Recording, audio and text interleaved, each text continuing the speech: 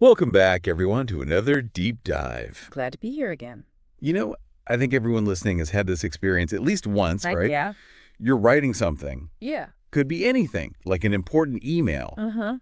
And then you stop. You freeze up. Yeah, because you can't remember Yeah.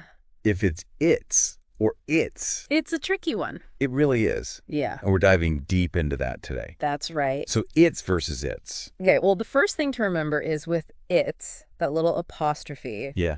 that means it's a contraction.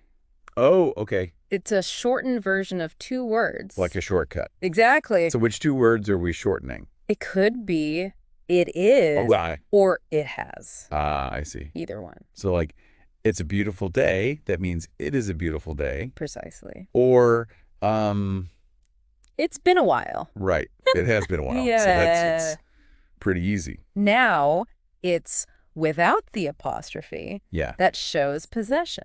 So it belongs to something. Yeah, it belongs to it. Okay. For instance, the cat chased its tail. Oh, yeah.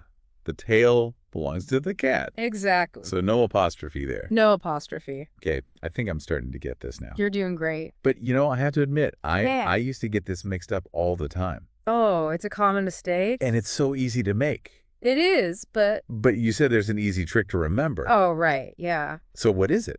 Just try substituting it is or it has in the sentence. Okay. If it makes sense, then you know you need the contraction, it. And if it doesn't make sense, Then you need the possessive, its. oh, that's so helpful. It is, isn't it? Let's try an example. Okay, sure. Okay, here's a sentence. All right. The dog wags its tail, and it's adorable. Perfect. All right, so let's break it down. Okay, the first part, the dog wags its tail. Does that mean the dog wags its tail? No. No, that doesn't make sense. So it must be its. The tail belongs to the dog. Exactly. For now, the second part of the sentence. And it's adorable. Can we say, and it is adorable? We can. It makes sense. So that one needs the apostrophe. You got it. Wow.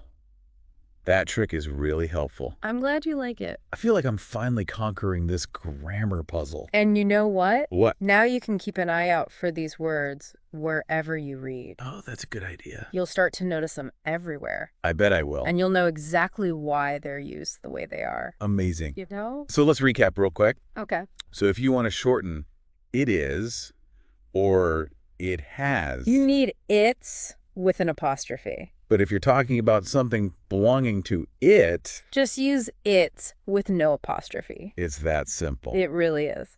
Now that we've solved this grammar mystery, Yeah. what other common grammar mistakes are lurking out there? Ooh, that's a good question. Maybe we can tackle those in another deep dive. I'd like that. All right, everyone. That's all the time we have for today. See you next time. Until then, keep those sentences sharp.